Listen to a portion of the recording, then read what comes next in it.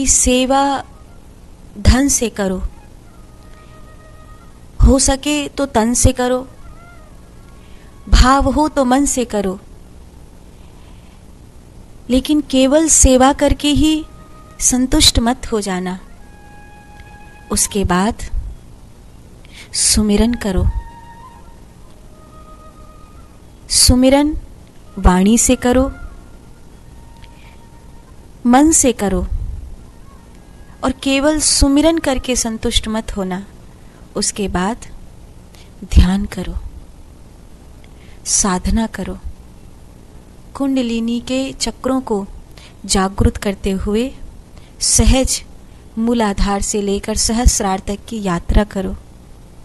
बहुत बार जन्म और मरण का चक्कर भोगा है, और कितनी बार जन्म मरण का चक्कर भोगेंगे। इसीलिए ध्यान करो, अपने आप को पूर्ण रूपेण परमात्मा के होने में मिटा दो। मेडिटेशन को कई लोगों ने बहुत कठिन बना दिया है। मेडिटेशन कठिन नहीं है, ध्यान के प्रति जाग रहे हैं। और मैं आपसे कहूं, संसार छूटे तो छूटे, पर अपनी साधना को मत छोड़िए। आपको किसी भी चीज के लिए समय नहीं मिले, कोई बात नहीं, लेकिन अपने ध्यान के लिए समय जरूर निकालिए। नहीं बैठ सकते आप 5 घंटे, 5 मिनट बैठ सकते हैं। 5 मिनट खो जाइए अपने आप में।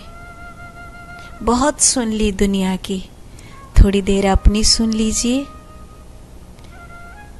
बहुत देख लिया दुनिया को, अब भीतर छुपे हुए परमात्मा को देख लीजिए। और एक बात कहूं, इससे आपका नुकसान नहीं होगा, बहुत फायदा होगा।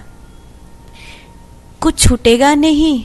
आप जो फैक्ट्री में काम करते हो, स्कूल के विद्यार्थी हो, कॉलेज के, आप कोई भी, आपका जीवन कितना भी व्यस्ततम जीवन है, आप जो भी हैं, स्त्री हैं, पुरुष हैं, युवा हैं, वृद्ध हैं, जिस भी आप अवस्था में हैं, कुछ भी नहीं छूटेगा, बल्कि आपकी जिंदगी की हर चीज खूबसूरत हो जाएगी।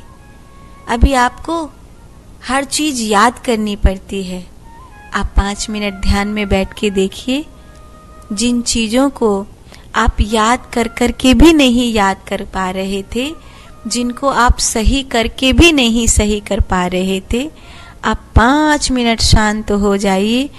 आत्मा भीतर से आपको बताएगी कि ये और कर लेना चाहिए, इससे तुम्हें तरक्की मिलेगी, इससे तुम्हें ये समस्या का हल मिल जाएगा। मैं आपको अपनी वाणी से विश्वास दिला रही हूं कि गारंटी है कि आप 5 मिनट ध्यान में बैठ कर के देखो, आपका हर कार्य अच्छा हो जाएगा।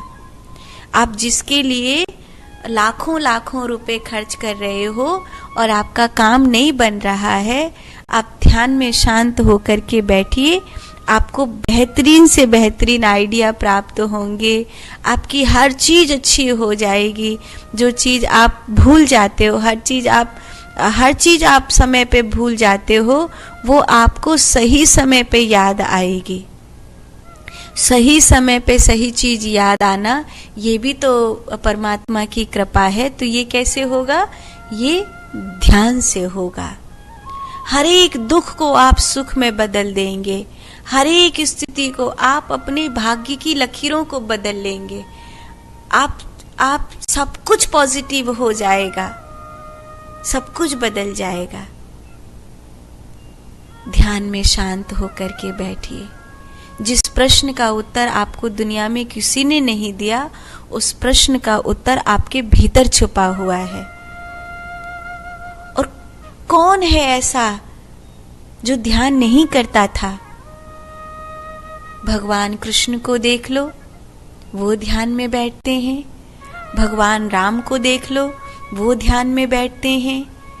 वामन प्रभु को देख लो, परशुराम जी को देख लो, नरसिंह स्वामी को देख लो, हमारी श्री राधा रानी को देख लो, सब ध्यान में बैठते हैं।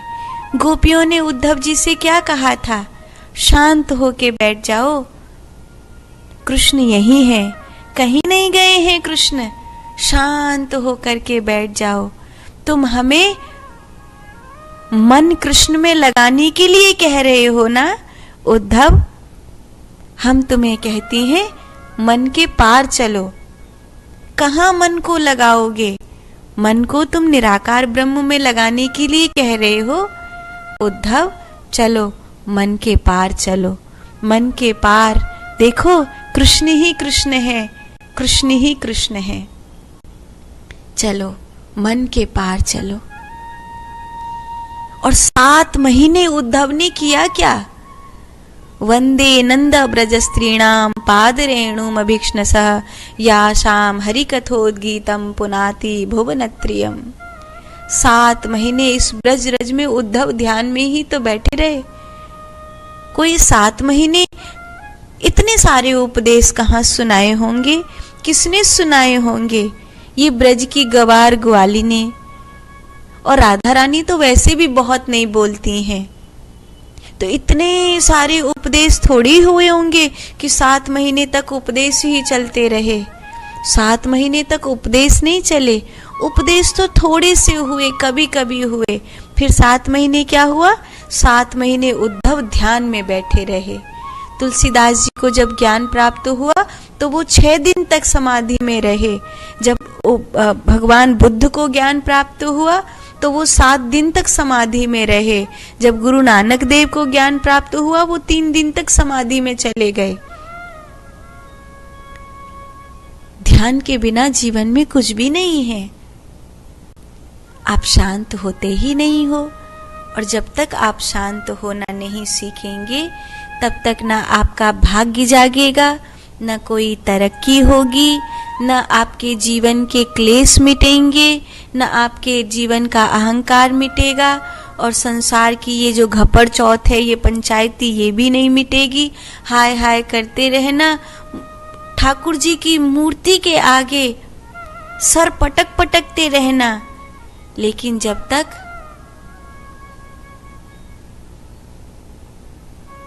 इसीलिए इस सूत्र को समझो।